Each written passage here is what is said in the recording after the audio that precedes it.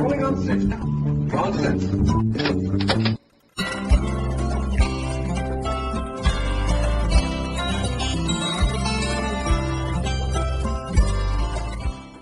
Welcome to another edition of Voices of the Writers, a reading of poems, vignettes, and stories for the Eat, Sleep, Write podcast.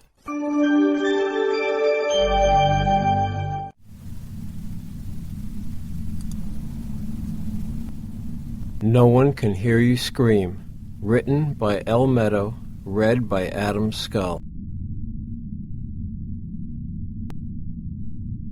They say no one can hear you scream in the depths of space, but I beg to differ.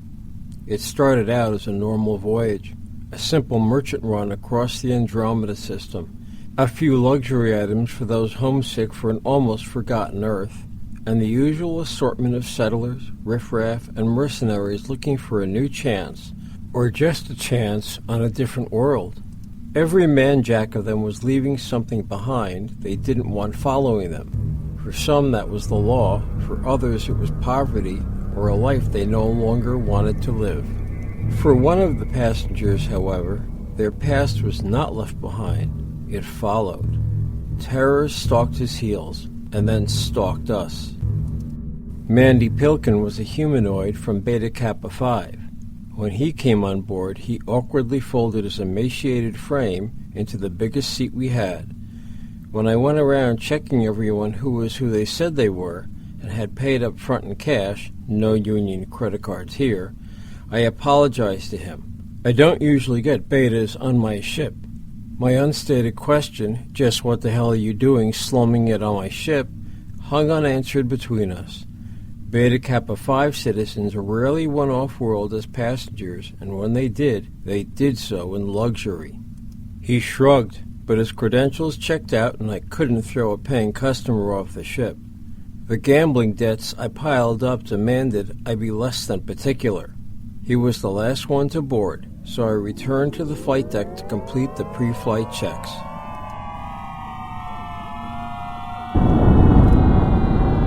We launched from the space station without the usual last-minute alarms, slipping into deep space quietly. This should have scared the pants off me. Fool that I was, I silently toasted the engineers on the space station for the miraculous repairs they had carried out on my ship, and it didn't even cost me much. The first hint of trouble came just 2 weeks later. Deep space is a lonely place. There are no reefs to skirt, or horizons to watch, or suns to take measure of. There is just silence and whatever life has developed on board between the passengers and crew. On board the Dutchman, this meant that there was an ongoing bet as to when the youngest of them would crack under the incessant hazing. There was a gambling ring operating in the loading bay, and one of the card sharks was taking the less cautious for all their savings. In the passengers' lounge, the settlers were exchanging stories of home and naive, incorrect tips for life on the new world. It was into this insular world that the first alarm blared. "Radiation leak in Pod 10, sir," said my first mate. The life pods are a deep spacer's last hope of salvation if all goes tits up and you have to abandon ship. Carrying 4 passengers each in hyposleep, they broadcast help on every known frequency for 50 years, the longest anyone can survive hyposleep. Every deep spacer prays he will never need to use them, while keeping them in perfect working condition. I sank into my chair waiting for the crew's reports. They were a good bunch. I didn't have to ride them with needless orders. No one messed with the pods, not on my ship, not on any ship. Doing so was likely to find you on the wrong side of an airlock. My crew would do whatever was necessary to get to the bottom of the problem. "Engineering reports a faulty power unit, sir." He listened to the report. "Engineering has replaced the unit and will study the faulty one. They say this was a new one we bought on the space station. Tell them to check all of them." I didn't need to give the order, but they liked to know I was there, watching, staying on top of things. I left the flight deck and walked my ship. I knew her every sound. This leak had me rattled. Power units were indestructible. They had survived being flung through the coronas of suns, passed through black holes, and had been burned, blown up, frozen, and a dozen other things besides, and come through undamaged. The tech came from a small planet on the edge of the universe, a gift, they said, to the first explorers to reach them. We knew how to make them, but not how they worked.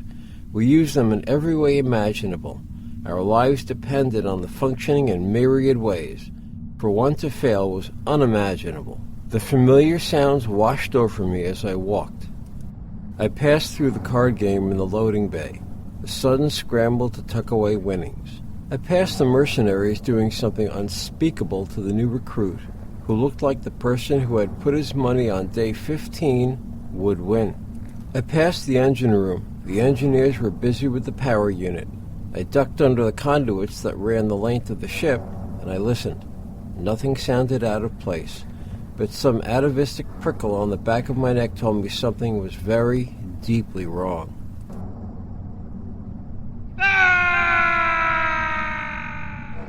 The scream came so unexpectedly, I almost ignored it. The sound was so foreign, my amygdala squirted adrenaline into my bloodstream, bringing me to high alert before I even realized what I was hearing. The recruit! He cracked a day early, damn it. I had counted on day 15. He looked like a day 15er.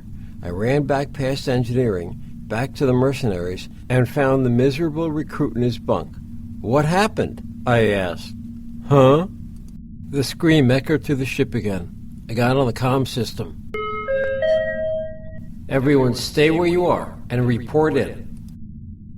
The reports came fast. First my crew, well drilled in emergency procedures. I ticked them off in my head, all correct and present. Then the passengers, the mercenaries, gave their own tally. Then slowly the settlers came in one by one. And finally the assorted flotsam and jetsam that floated above the universe, staying one step ahead of trouble, reported in. I ticked them all off on the list. Just one missing, the Beta. Manny Pilkin report in. I waited. Manny Pilkin report in. Anyone seen him? The replies were the usual assortment of confusion. In his cabin an hour ago. In the passenger lounge 2 hours ago. In the passage to the lounge. By the time the last person had finished, I determined he should be in his cabin. I made my way there as fast as I could. The door was closed. There was silence within. I opened it without knocking. Captain's prerogative, besides which I wasn't giving whatever might be inside any warning. Manny Pilkin lay on the floor, mouth agape in a silent scream. His visage contorted into an expression of unimaginable horror. One hand pointed accusingly at me. I stared down at his corpse, not liking it one bit. Oh, I liked Manny Pilkin well enough. He had obligingly lost several thousand zims to me in a few late-night games. Despite my initial reservations, he had turned into the kind of passenger I liked best. Quiet, kept to himself, didn't bore with stories of the past, which are never half as interesting as people like to think, and had a suitably large amount of cash on him, coupled with an inability to bluff. Now he was dead, in a locked room on my ship.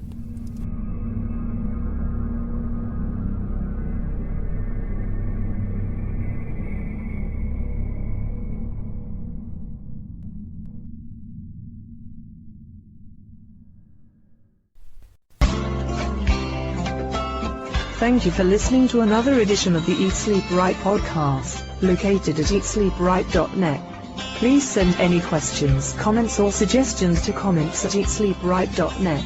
Please consider a donation to support the Eat Sleep Right podcast. Donations can be sent to our PayPal address at donations@eatsleepright.net. Once in a lifetime, the theme music for the Eat Sleep Right podcast, courtesy of Stephen Paul, all rights reserved, used by permission. Please join us again for the next edition of the Eat Sleep Right podcast.